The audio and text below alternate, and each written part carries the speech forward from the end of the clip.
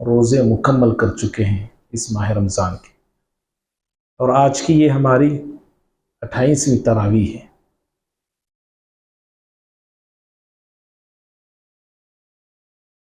پچھلے درس میں ہم لوگ یعنی 26ویں تراویح کے درس میں ہم لوگ 16ویں پارے پر کچھ گفتگو کر رہے تھے، جس میں سورہ کہف، سورہ مریم، سورہ طٰہٰ کی ایک ایک آیتیں یا دو دو آیتوں پر ہم نے گفتگو کی تھی۔ آج 17واں پارہ ہے۔ آج تو ہم سن رہے ہیں تراویح 20واں پارہ، لیکن میں جو بتا رہا ہوں 17واں پارہ ہے۔ 17واں پارے میں دو صورتیں شامل ہیں۔ ایک بڑی مشہور صورت ہے سورہ انبیاء۔ سورہ انبیاء کا آغاز 17ویں پارے ہی سے ہوتا ہے، اور سورہ انبیاء کے بعد سورت ہے سورۃ الحج۔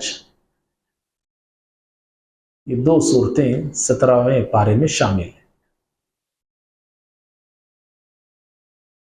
آگے بڑھنے سے پہلے ابھی ہم نے چوتھی رکعت میں ایک آیت سنے ہیں۔ سورہ قصص ہم سن رہے ہیں اس طرح ان رکعتوں میں۔ سورہ قصص کی آیت نمبر 56 ہے۔ بڑی عجیب و غریب آیت ہے۔ اللہ تعالیٰ کا میں آپ جتنا شکر ادا کرے کم ہے، کیونکہ ہدایت کی جو نعمت ملی ہے یہ عظیم نعمت ہے، بہت بڑی نعمت ہے۔ اس کا اندازہ اور احساس شاید ہمیں دنیا میں نہ ہو، آخرت میں تو ضرور ہوگا، مرنے کے بعد۔ بہت عظیم نعمت ہے کہ اتنی عظیم نعمت جو اللہ تعالیٰ مجھے آپ کو دیا ہے، عظیم عظیم لوگوں کو نہیں دیا ہے۔ بڑے بڑے لوگ دنیا میں آئے، وہ اس نعمت سے محروم رہے۔ نبیوں کے باپ محروم رہے۔ جی میں اور آپ کیا چیز ہے؟ ہم دیکھو کتنے عظیم ہیں اللہ کی نظروں میں۔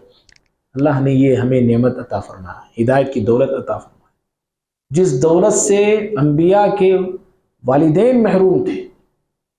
ابراہیم علیہ السلام کے باپ محروم تھے، نوح علیہ السلام کی بیوی اور بیٹا محروم تھے، لوط علیہ السلام کی بیوی محروم تھی۔ کتنے ایسے واقعات اللہ قرآن میں بیان فرمایا۔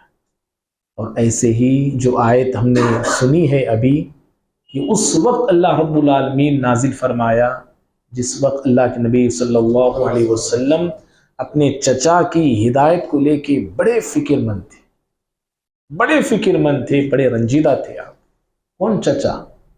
جو بچپن سے آپ کو پالے ہیں، جب سے آپ چھوٹے تھے، 8 برس کے تھے، تب سے ابو طالب نے اپنے بھتیجے محمد صلی اللہ علیہ وسلم کو اپنے سینے سے لگا کے رکھا، کبھی جدا نہیں کیا، کبھی دور نہیں کیا۔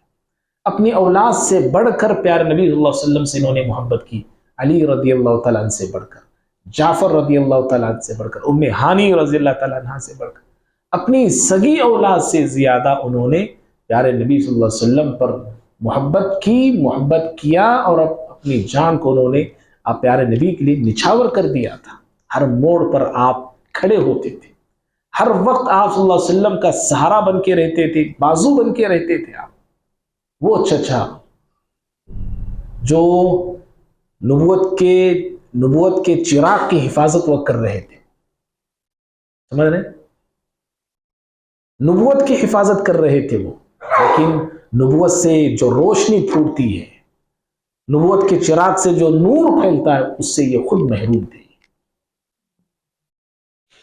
آخری وقت ابو طالب کا آ گیا، ہر انسان کی زندگی میں آتا ہے۔ اللہ کے نبی صلی اللہ علیہ وسلم اس وقت بھی اپنے چچا کے پاس آ کے یہی کہتے، 2 لوگ کھڑے تھے اس میں، دشمن، ان میں ایک ابو جہل بھی تھا، آ کے کہا یا عمی، کہا اے چچا جان، کلمہ پڑھ لیجیے، اس کلمے کے بدولت میں اللہ رب العالمین سے کل مخاصمہ کروں گا، جھگڑوں گا میں اللہ تعالیٰ سے، آپ بس کلمہ پڑھ لیجیے۔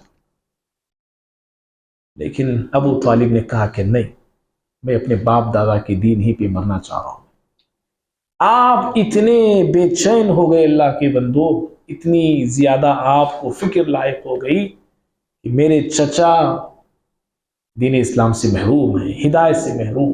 اللہ تعالیٰ یہ آیت اس وقت نازل کیا، انک لا تہدی من احببت ولکن اللہ یہدی من یشاء۔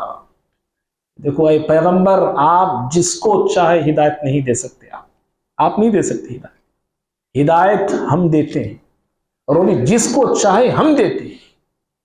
دیکھو نبی کے چچا جس ہدایت سے محروم رہے، وہ ہدایت اللہ ہم گنہگاروں کو عطا کیا ہے۔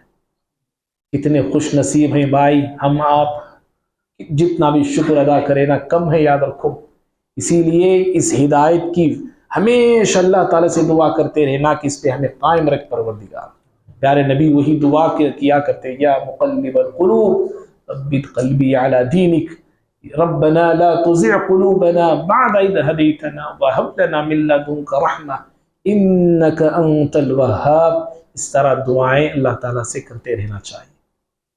بس ایسے یہ تمہید، کیونکہ آیت گزری میں نے بتانا ضروری سمجھا۔ موسیٰ علیہ السلام کا بھی قصہ ہم سن رہے ہیں، سورہ قصص گزر رہا ہے، بڑا پیارا قصہ موسیٰ علیہ السلام کا، کئی مرتبہ گزرا ہے، اب بھی ہم سن رہے ہیں موسیٰ علیہ السلام کا قصہ۔ اور اللہ تعالیٰ اس سورہ میں موسیٰ علیہ السلام کو بتایا ہے کہ آپ کتنے اچھے انسان تھے، کتنی خوبیاں آپ کے اندر موجود تھیں۔ شارٹ پہ صرف میں گنا کے جاتا ہوں، دیکھیں قصہ تو نہیں سنا سکتا، سورہ انبیاء کی طرف مجھے آنا ہے۔ موسیٰ علیہ السلام کے اللہ تعالیٰ نے جو خوبیاں بتایا ہے، ان میں سے ایک ایک خوبی، آپ دو تین چند خوبیاں، ان میں سے ایک پہلی خوبی یہ بتائی گئی کہ موسیٰ علیہ السلام اپنے قبیلے کے لیے کتنے ہمدرد تھے، کتنے خیر خواہ تھے۔ اپنا ان کا جو خاندان تھا، بنو اسرائیل جو ان کا قبیلہ تھا، اس کے لیے کتنی وہ فکر وہ رکھا، نبوت سے پہلے، ابھی نبی بنائے نہیں گئے، نبوت سے پہلے ہی آپ اپنے خاندان کے لوگوں کی کیسی فکر آپ کیا کرتے تھے۔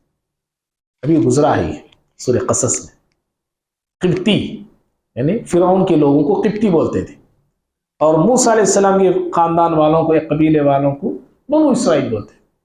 قبطی اور بنو اسرائیل آپس میں لڑ رہے تھے، معلوم نہ واقعہ، دونوں لڑ رہے تھے۔ موسیٰ علیہ السلام محل میں رہنے والے، ابھی معلوم نہیں فرعون کو یہ کون ہے بول کے، تو ٹہلنے آ گئے، آپ مصر میں ٹہل رہے تھے۔ دیکھو اپنے قبیلے والوں کو کیسے پہچان لیا انہوں نے، کہا کہ یہ ارے یہ تو میرا ہے، میں اسی قبیلے کا ہوں، تو وہ بھی میرا قبیلے کا۔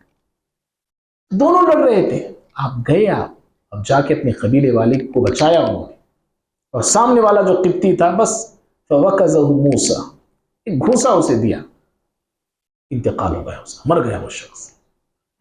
اس واقعے سے جو ایک بات ہمیں معلوم ہوئی کہ موسیٰ علیہ السلام کتنے خیر خواہ ہیں اپنے قبیلے والوں کے، ایک بات۔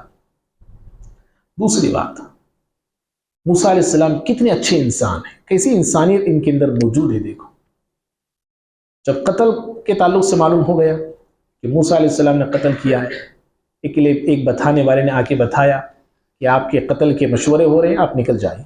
نکل گئے موسیٰ علیہ السلام، مدائن کی طرف آئے، مدین کی طرف آئے، وہاں دیکھا کہ دو لڑکیاں کھڑی ہیں، اپنے جانوروں کو لے کے کھڑی۔ کیا کیا موسیٰ علیہ السلام؟ جی واقعہ ہم جانتے ہیں نا، یہ واقعہ ہمیں بتاتا ہے کہ دیکھو انسانیت کیسی ہوتی ہے، جو موسیٰ علیہ السلام کے اندر تھی۔ نوجوان لڑکیوں کو دیکھا، تنہا کھڑی ہے، سارے بستی کے لوگ اپنے جانوروں کو لا کے پانی پلا رہے ہیں، لیکن ان کو کوئی پوچھنے والا نہیں، نہ ان کی نہ جان ہے، نہ پہچان ہے، کوئی رشتہ داری ہے۔ آگے بڑے، جانوروں کو لیا ان لڑکیوں کے، پانی پلا دی۔ اسے کہتے ہیں انسانیت۔ جو انسان ایسا دل رکھتا ہے اور ایسا جگر رکھتا ہے، اللہ رب العالمین ایسے بندوں کو کبھی ضائع نہیں کرتا۔ بے لوث خدمت کرنا بولتے ہیں اس کو، کیا بولتے ہیں؟ بے لوث خدمت کرنا بولتے ہیں اس کو، اردو میں، فصیح اردو میں، بغیر کسی معاوضے کے انسانیت کی خدمت کرنا۔ موسیٰ علیہ السلام چاہتے تو لے سکتے تھے نہیں، یہی موسیٰ نا علیہ السلام نبی بننے کے بعد، پیغمبر بننے کے بعد خضر علیہ السلام کے پاس گئے، ایک بستی کے پاس سے گزر رہے تھے، بھوکے پیاسے تھے دونوں۔ کیا کہا تھا موسیٰ علیہ السلام نے وہاں پہ؟ ایک دیوار گر رہی تھی، اس کو دیوار کو درست کر دیا خضر نے. کیا کہا انہوں نے؟ ارے کئی کو کرتے جی، وہ لوگ کھلائے نہیں ہم نا، پلائے نہیں ہم نا، کچھ اجرت مانگتے. وہاں بول رہے ہیں، یہاں دیکھو یہاں پہ کچھ پوچھے نہیں، کچھ مانگے نہیں، حالانکہ آپ بھوکے ہیں، پیاسے ہیں، سہارے کی ضرورت ہے، آسرے کی ضرورت ہے آپ کو. بھائی سمجھ میں آ رہی نا بات آپ کو؟ یہاں پہ کچھ نہیں مانگا انہوں نے، آگے بڑے محنت، آگے ان کی جانوروں کو پانی پلا دیا. اللہ ضائع کر سکتا ہے؟ ہرگز نہیں. پھر وہاں سے کیا انتظام ہو ہم سب جانتے ہیں. ایک بات یہ. دوسری بات دیکھیے موسیٰ علیہ السلام کے اندر جو اللہ نے ہمیں بتایا ہے وہ یہ ہے کہ آپ کتنے اچھے داماد تھے. آپ کیا بول رہا ہوں میں؟ جی کتنے اچھے جوئی، ہمارے الفاظ میں کتنے اچھے جوئی تھے آپ، کتنے اچھے داماد تھے آپ. شادی ہوگی اس گھرانے میں، مہر کیا تھا؟ جی 8 سال. انہوں نے رکھا بھائی 8 سال آپ بکریاں ہمارے چرائیں گے. موسیٰ علیہ السلام کتنے سال چرائے؟ 10 سال. اور 10 سال بھی کیسے تھے وہاں پہ؟ بہت اچھے انسان بن کر رہے. ستائے نہیں سسرے کو، ساس کو، بیوی کو، میں کہ سسرال والوں کو کوئی آپ نے تکلیف نہیں دی، کوئی تکلیف نہیں دیا. تو اس سے معلوم ہوتا ہے کہ آپ کتنے اچھے داماد تھے. اور جب یہی واقعہ آپ پڑھتے ہیں تو یہ بھی پتا چلتا ہے کہ آپ کتنے اچھے شوہر بھی تھے، بہت اچھے شوہر، بہت بہترین شوہر. اور انبیاء ہوتے ہی ایسے ہیں، یاد رکھیے. انبیاء نبی ہونے کے بعد، پیغمبر ہونے کے بعد ان کے اندر تبدیلی نہیں آتی. ان کے اندر پہلے ہی سے آپ کو وہ چیزیں نظر آتی ہیں جو چیزیں، جو خوبیاں دنیا والوں میں کہیں نظر نہیں آتی. بہت اچھے شوہر. کیا اچھے شوہر، کیا چیز قرآن ہمیں بتاتا ہے؟ بیوی کو لے کے نکلے 10 سال کے بعد، مصر کی طرف آ رہے ہم اپنے گاؤں. رات کا وقت تھا، ابھی ہم نے آیتیں سنی ہے. تو رات کا وقت تھا، کہا بیوی سے رک جائیے آپ، ایک آگ مجھے نظر آ رہی پہاڑ کے اوپر، میں چاہتا ہوں اس پہاڑ کو کچھ لے کے اس پہاڑ سے میں کچھ آگ وغیرہ لے کے آتا ہوں، انتظام کرتا ہوں تاکہ آپ، بیوی سے بولتے ہیں، تاکہ ہم دونوں نہیں بولتے وہ، تاکہ آپ اس آگ سے کچھ گرمی محسوس کر سکیں. چلو جی جائیں گے، اور بیوی کو لے جا سکتے اتنی پہاڑ پہ. اور ذات پہاڑ چڑھے، طور پہاڑ. بیوی کو کھڑا کیا انہوں نے، کہا کہ رک جائیے آپ. تمہارے کتنے اچھے شوہر ہیں آپ. ٹھیک ہے نہیں بات کلیئر ہے؟ آخری بات ان کے تعلق سے سورہ انبیاء میں ہم آتے ہیں. آپ کتنے اچھے بھائی تھے. آپ کیا بول رہا ہوں میں جی؟ کتنے اچھے بھائی تھے آپ. نبی اللہ آپ کو بنا دیا، پیغمبر آپ کو بنا دیا. موسیٰ علیہ السلام نے فوراً اللہ سے دعا کی، کہا کہ پروردگارہ میرا ایک بھائی ہے ہارون، بڑی اچھی زبان ہے اس کی، مجھ سے اچھا بولتا ہے وہ، اللہ اسے بھی بنا دے نبی. اللہ اکبر. بھائی ہو تو ایسے خیر کے کاموں میں لے کے آنا بھائیوں کو. ہم جو بھایا نہیں رہے، فلم چنچل 3 آیا کرتے، پارٹ 2 آیا کرتے، پارٹ. ایسے بھائی گندگی کی طرف، گناہ کی طرف لے کے جانے والے. اور بھایا بھی خوش، میرا بھائی ٹکٹ نکالتا، معلوم کیا تم نے مجھے بیڑا دلاتا، مجھے سگریٹ دلاتا. یہ بھائی گیری نہیں ہے، یہ دادا گیری بولتے، گنڈا گیری بولتے، غداری بولتے ہیں. ہمارے بھائی دیکھو کیسے ہوتے ہیں، کتنے اچھے بھائی ہیں جی. دعا کرتے ہیں پروردگارہ میرا بھائی، اللہ اسے نبی بنا. اللہ قبول کر لیا، دعا قبول کر لیا. ہارون علیہ السلام بھی نبی بنائے گئے. بھائی ہو تو ایسے. موسیٰ علیہ السلام کتنے اچھے بھائی تھے. بھائی سورہ انبیاء میں ایک ذمہ داری آپ کو دیتا ہوں، لیں گے آپ لوگ ذمہ داری؟ ہر کوئی، ہر کسی کو لینا ہے، خاص طور پہ نوجوانوں کو. داؤد، طیب، اشرف، کیا نام آپ کا؟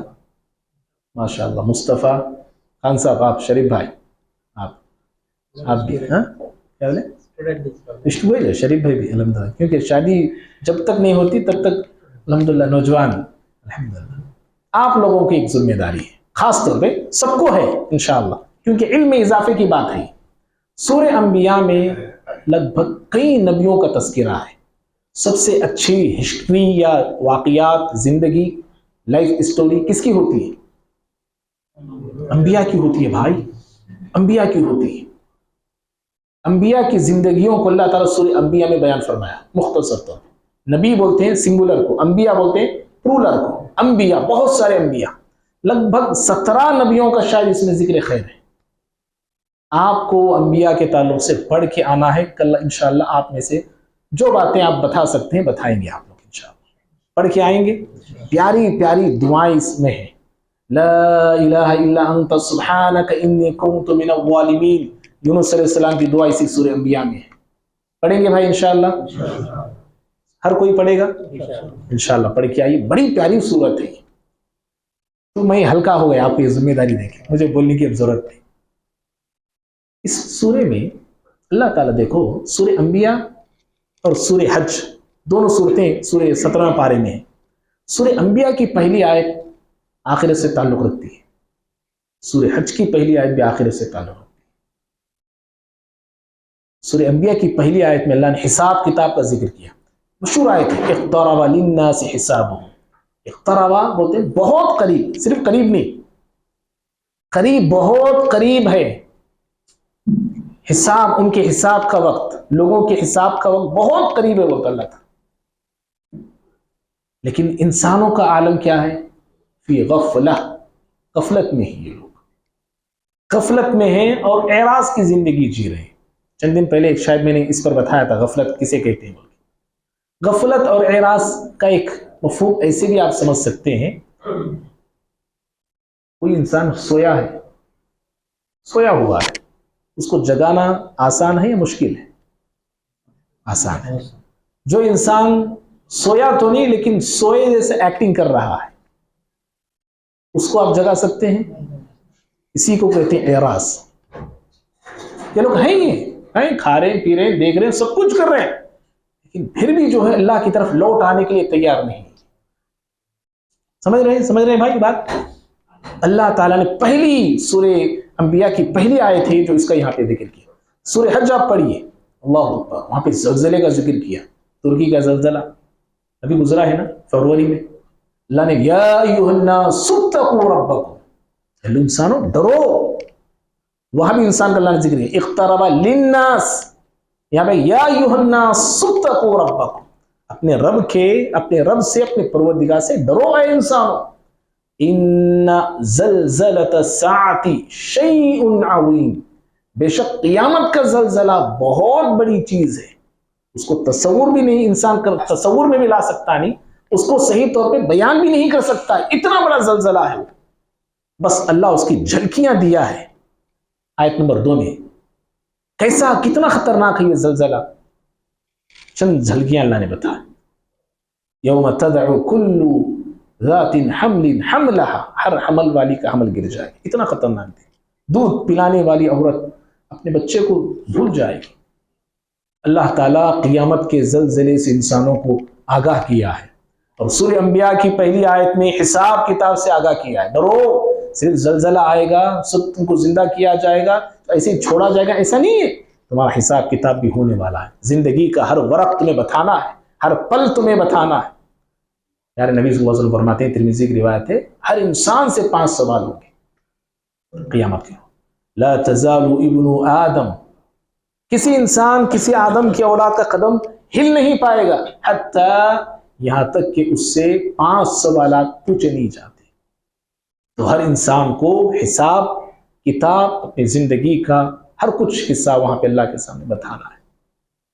اللہ تعالیٰ آگے سورہ انبیاء میں، آخری بات ہے بھائی، وقت ہو رہا ہے، ایک بڑی اہم بات بتایا. انبیاء جتنے آئے نا، سارے انبیاء مرد تھے. اللہ نے یہ بات بتائی. وما ارسلنا قبلک الا رجالا نوحی الیہم. اے پیغمبر، پیارے نبی سے خطاب ہے صلی اللہ علیہ وسلم، آپ سے پہلے جتنے رسول ہم نے بھیجے ہیں تمام رسول مرد تھے. کسی عورت کو اللہ نبی نہیں بنایا، کسی عورت، کوئی عورت نبی نہیں بنی ہے.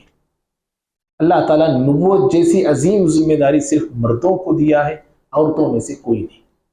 پیارے نبی صلی اللہ علیہ وسلم کی دنیا سے جانے کے بعد ایک عورت، سجاح اس کا نام تھا، اس نے نبی ہونے کا دعویٰ کیا کہ میں نبی ہوں میں. لیکن قرآن بتاتا ہے کہ کسی عورت کو اللہ نے نبی نہیں بنایا ہے، صرف جتنے انبیاء آئے وہ مردوں میں سے آئے ہیں۔ اور یہ انبیاء کیوں آتے تھے، کیا مقصد تھا ان کا، کیا کام تھا ان کا، سورہ انبیاء میں اللہ نے وہ بھی بتا دیا۔ وما ارسلنا من قبلك من رسول الا نوحي اليه انه لا اله الا انا فاعبدون، اے پیغمبر ہم نے آپ سے پہلے جتنے رسول بھیجے اور آپ کا بھی یہی مقصد ہے۔ مقصد کیا تھا ان سارے نبیوں کے دنیا میں آنے کا؟ کہا کہ وہ انبیاء کہا کرتے تھے لوگوں اللہ ہی کی عبادت کرو، اللہ کے سوا کوئی معبود نہیں، کوئی معبود نہیں، عبادت کرنا ہے تو صرف اللہ کی کرو۔ اس مقصد کو لیے انبیاء آتے تھے۔ تو معلوم یہ ہوا انبیاء کا مشن، انبیاء کا کام، انبیاء کی ڈیوٹی کیا تھی؟ کیا تھی ڈیوٹی؟ ایک اللہ رب العالمین کی طرف بلانا انسانوں کو۔ کیا انبیاء کی ڈیوٹی اور مشن آپ لوگ کرنے کے لیے تیار ہیں؟ کیا کر رہے ہیں ہم لوگ؟ نہیں کر رہے۔ کرتے ہیں کیا؟ انشاءاللہ بولتے۔ کر رہے ہیں کیا؟ بولتے نہیں کر رہے مولوی صاحب، ہم نہیں کر رہے۔ کرتے ہیں کیا؟ ہاں کرتے ہیں، کرتے کرتے اب کیا تو بھی کریں کہ اب تک بولتے نہیں کر رہے۔ دیکھو نبیوں کا مشن ہے یہ، ایک اللہ کی طرف انسانوں کو بلانا، اور یہ مشن اسی وقت کامیاب ہوتا ہے، یہ اسی وقت کامیاب کہلاتا ہے جیسے مشن انبیاء نے شروع کیا اس طرح ہمیں بھی کرنا ہے۔ نبیوں کا مشن کیا تھا؟ نبیوں کی دعوت میں جو سب سے پہلی چیز تھی ایک اللہ کی طرف بلانا۔ ہماری دعوت کا بھی نچوڑ اور لب لباب یہی ہونا چاہیے، ایک اللہ کی طرف انسانیت کو پہلے بلانا، انسانیت کو اللہ کی طرف دعوت دینا۔ دعوت ہمیں کیسے دیں یہ بھی بتا دیا گیا سورہ انبیاء میں۔ اللہ تعالیٰ نے کہا لو کان فیہما آلہۃ الا اللہ لفسدتا، اگر آسمان زمین میں دو خدا ہوتے، دو خدا ہوتے تو اللہ فرماتے ہیں آسمان زمین کا نظام درہم برہم ہو جاتا، بگڑ کے رہ جاتا، بگڑ جاتا پورا نظام۔ اللہ کتنی عظیم، دیکھو آیتیں اللہ میں سکھا رہا ہے دعوتی کام کیسے کرنا ہے، دین کی طرف لوگوں کو کیسے بلانا ہے، اللہ کی طرف کیسے بلانا ہے۔ یہ موٹی موٹی باتیں ہیں بھئی، دو خدا ہوتے تو پورا نظام برباد ہو جاتا، خراب ہو جاتا۔ سورہ مومنون میں اللہ نے پھر کہا وہاں پہ دیکھو اللہ کسی کو اپنا بیٹا نہیں بنایا، کسی کو اپنے ساتھ معبود نہیں بنایا، اور اگر اللہ کے ساتھ اور بھی کوئی معبود ہوتے تو کیا ہوتا؟ سورہ مومنون سورہ 3 آیت میں 90 پر ایک جگہ پڑھی آپ، بڑی پیاری آیت ہے۔ اگر بھی اور بھی خدا ہوتے تو یہ خدا اپنے اپنے مخلوق کو لے کے چلے جاتے تھے، اپنے اپنے خدا، اپنے اپنے جو کیا بولتے ہیں ان کو، جو ان کی مخلوق ہے، ان کی پرستش کرنے والے جو لوگ ہیں ان کو لے کے چلے جاتے، اور چلے جاتے پھر ایک دوسرے پہ خدا چڑھائی کرتا، حملہ کرتا ایک دوسرے پہ۔ اور جو عرش ہے، اللہ تعالیٰ سورہ انبیاء میں عرش کا ذکر کیا ہے، دو خدا ہوتے تو نظام برباد ہو جاتا بول کے اللہ نے کہا سبحان اللہ، اللہ پاک ہے، اور اللہ تعالیٰ عرش کا رب ہے، بولا اللہ تعالیٰ عرش کا کئی کچھ ذکر ہے یہاں پہ، اس لیے کہ اگر اور بھی خدا ہوتے، کوئی بادشاہ ہوتا، ایک بادشاہ آپ ہیں، دوسرا بادشاہ آپ پہ حملہ کرتا ہے، آپ کو حملہ کرنے کے بعد کیا چیز پہ بیٹھتا ہے؟ وہ کس چیز پہ؟ آپ کے سلطنت اگر وہ اپنے کنٹرول میں کرنا ہے تو آپ کے تخت پہ آ کر بیٹھتا ہے۔